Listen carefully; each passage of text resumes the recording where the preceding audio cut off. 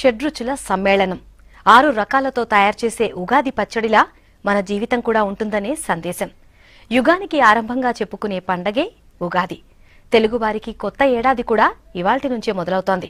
ప్రత్యేక పూజలు, పంచాంగ శ్రవణాలు, పిండి వంటలతో తెలుగు లోగిళ్లు సందడిగా మారాయి.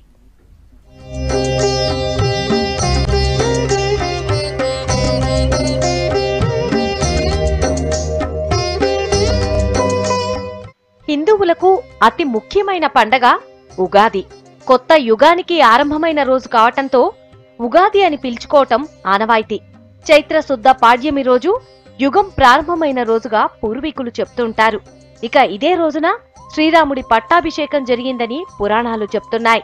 తెలుగు రాష్ట్రాలతో పాటు మహారాష్ట్ర, కర్ణాటక, తమిళనాడులోనూ ఇదే రోజున పండగని వివిధ పేర్లతో జరుపుకుంటారు.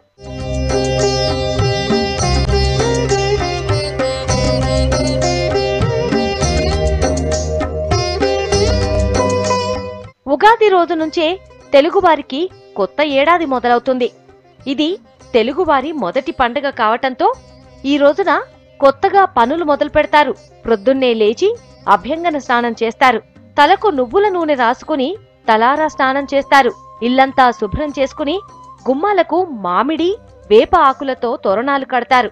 మామిడి ఆకులు శుభానికి సూచికగా చెప్తారు. అందుకే పండగలతో పాటు శుభకార్యాల్లో ఇంటిని అలంకరిస్తారు. ఇక కొత్త బట్టలు కట్టుకుని ఉగాది పచ్చడి తయారు చేసి ఇష్ట దైవానికి నైవేద్యం సమర్పిస్తారు.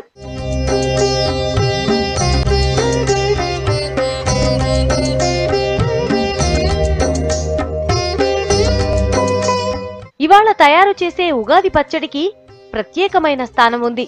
షడ్రుచులతో తయారు చేసే ఉగాది పచ్చడిని స్వీకరిస్తే మంచిది అని చెప్తారు.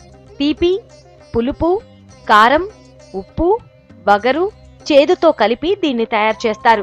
శిశిర ఋతువు వెళ్లి వసంత ఋతువు వచ్చే సమయంలో వచ్చే ఉగాది రోజున ఈ పచ్చడిని స్వీకరించటం ఆయుర్వేదంగా మంచిదని చెప్తారు.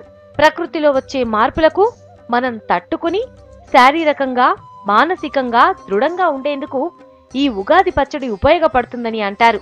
6 రుచులు కలగలిపిన ఉగాది పచ్చడి ఏడాది పొడవునా ఎదురయ్యే కష్ట సుఖాలను, మంచి చెడులను సమానంగా స్వీకరించాలన్న సందేశాన్ని తెలియజేస్తుంది. ఉగాది పచ్చడితో పాటు భక్ష్యాలు తయారు చేయటం పండగ ప్రత్యేకత.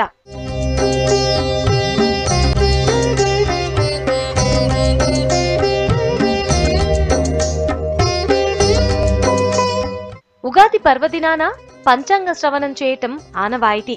కవులు, పండితులు పండగ సందర్భంగా కవి సమ్మేళనాలు నిర్వహిస్తారు. రాశి ఫలాలు, ఆదాయ వ్యయాలను చెప్తారు. ఋతువులు, వర్షాలు, పంటలు అన్నింటినీ వివరిస్తారు. సాయంత్రం ఆలయాల్లో ప్రత్యేకంగా జరిగే పంచాంగ శ్రవణం వినేందుకు ప్రజలంతా వెళ్తారు.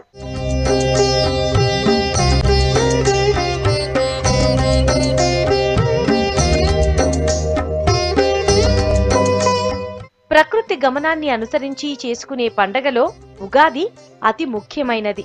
సంస్కృతి సాంప్రదాయాలను గౌరవిస్తూ ఆదర్శాలను ప్రతిబింబించేలా చేయటమే పండగల పరమార్థం.